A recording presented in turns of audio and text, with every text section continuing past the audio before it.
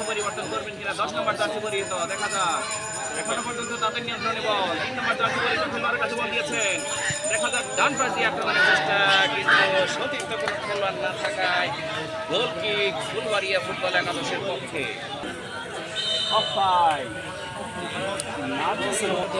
ডান পাশ দিয়ে বাম পাশ দিয়ে আক্রমণ পরিহিত 11 নম্বর জার্সি পরিহিত দিয়েছেন সতীর্থের উদ্দেশ্যে কিন্তু ওখানে দক্ষ শাহেদকে দিলেন, শাহেদ কাকে দিবেন?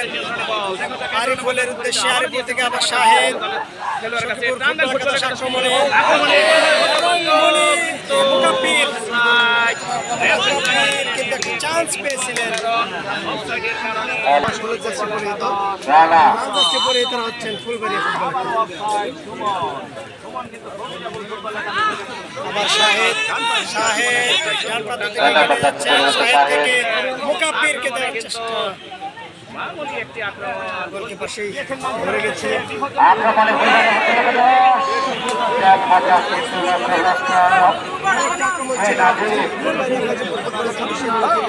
থেকে আবার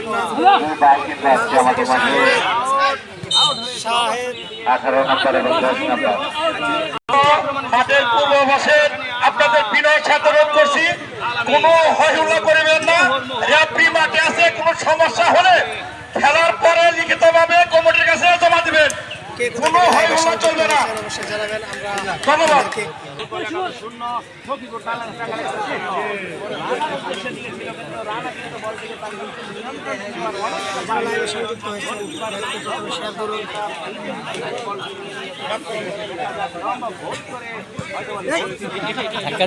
পরে যাবো আস্তে করে, খালি পরে যাবো আমি কোনোভাবে খারাপ হয়েছি।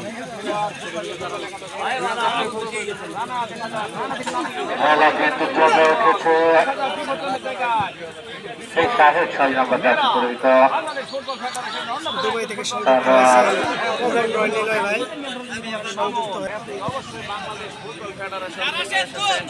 ডান পাশ দিয়ে আক্রমণের চেষ্টা টাঙ্গাইল ফুটবল একাদশ 9 নম্বর জার্সি পরিহিত খেলোয়াড় তিনি কিন্তু সম্পূর্ণভাবে ব্যর্থ।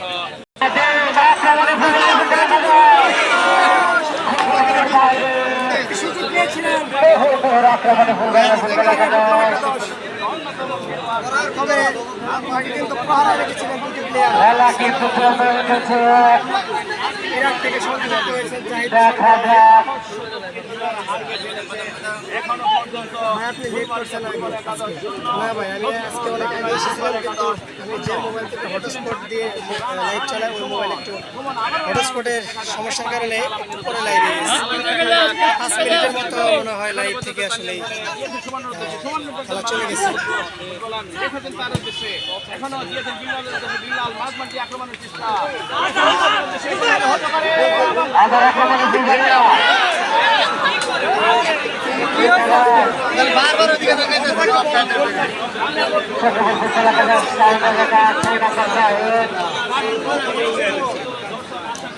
ইরাক থেকে সংযুক্ত হয়েছেন জাহিদ সরকার। আক্রমণের পাল্টা আক্রমণের জন্য এসেছে আজকের প্রথম সেমিফাইনাল খেলা। হামিদপুরের খেলা কবে? হামিদপুরের খেলা আগামী 3 তারিখ শুক্রবার 5 নং ওয়ার্ড এবং 6 নং ওয়ার্ড। শাহেদ থেকে লাল মিয়া।